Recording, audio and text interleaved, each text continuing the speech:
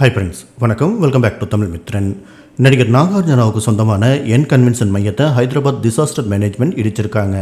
மாதப்பூரில் இருக்கிற இந்த stage building 27,000 சதுரடியில் 3,000 பேர் உட்காந்து பார்க்கக்கூடிய வகையில் நிறுவப்பட்ட ஒரு பிரம்மாண்டமான ஸ்டேஜ். என் கன்வென்ஷன் அப்படிங்கிற பெயரில் இந்த ஸ்டேஜை N3 என்டர்பிரைசஸ் கட்டியிருக்காங்க. இந்த N3 என்டர்பிரைசஸை நடிகர் நாகார்ஜுனா அக்கினேனி மற்றும் நல்லம் பிரீத்தம் இவங்கெல்லாம் சேர்ந்து நடத்திட்டு இருக்காங்க. இந்த நிலையில் இன்னைக்கு காலையில் ஸ்டேஜுக்கு வந்த ஹைதராபாத் பேரிடர் மீட்பு இயற்கை அரண்கள் கண்காணிப்பு துறையை சேர்ந்தவங்க கட்டிடத்தை இடிக்கிற நடவடிக்கையை எடுத்திருக்காங்க. இந்த கட்டிடம் தும்னிகுண்டா அப்படிங்கிற ஏரியோட ஒரு பகுதியை ஆக்கிரமிச்சு கட்டப்பட்டிருக்கு அப்படின்னும், இதனால மழைநீர் வடிகால் தடைப்பட்டு மழை வரப்பையெல்லாம் 100 ஃபீட் ரோட், ஐயப்பா காலனி மற்றும் பிற பகுதிகள் வெள்ளக்காடா இருக்கு அப்படின்னு வந்த புகாரின் அடிப்படையில் இந்த நடவடிக்கையை எடுத்திருக்கிறதா சொல்லியிருக்காங்க. இந்த நிலையில் சில நாட்களுக்கு முன்னாடி நாகார்ஜுனோடைய மகன் நாகச்சைத்தன்யாவுக்கும் சோபிதாவுக்கும் திருமணம் நிச்சயமா இருக்கிறதால ஏற்கனவே செம்ம கான்ல இருந்த சமந்தாவோட ரசிகர்கள் அக்கினேனி குடும்பத்தையும் சோபிதா துலிப்லாவையும் சோசியல் மீடியாவில் தாக்கிட்டு இருக்காங்க.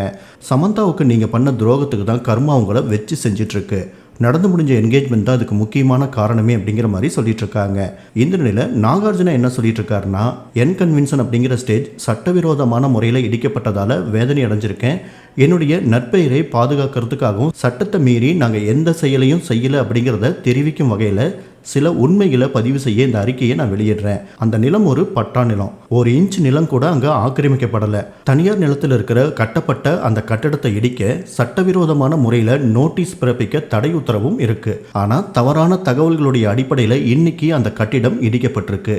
இன்னைக்கு காலையில் கட்டிடம் இடிக்கப்படுறதுக்கு முன்னாடி எந்த விதமான முன்னறிவிப்பும் வெளியிடப்படலை.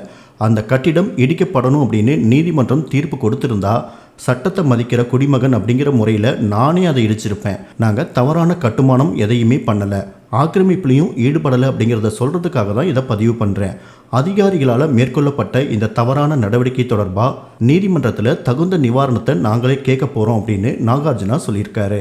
ஆனாலும் சமந்தாவோட ரசிகர்கள் இதுக்கெல்லாம் காரணம் சமந்தாவுக்கு நீங்கள் பண்ண துரோகம் தான், அவங்கள விவாகரத்து பண்ணது தான், கர்மா தான் உங்களை வச்சு செஞ்சிட்ருக்கு அப்படிங்கிற மாதிரி கமெண்ட் பண்ணிட்டு இருக்காங்க.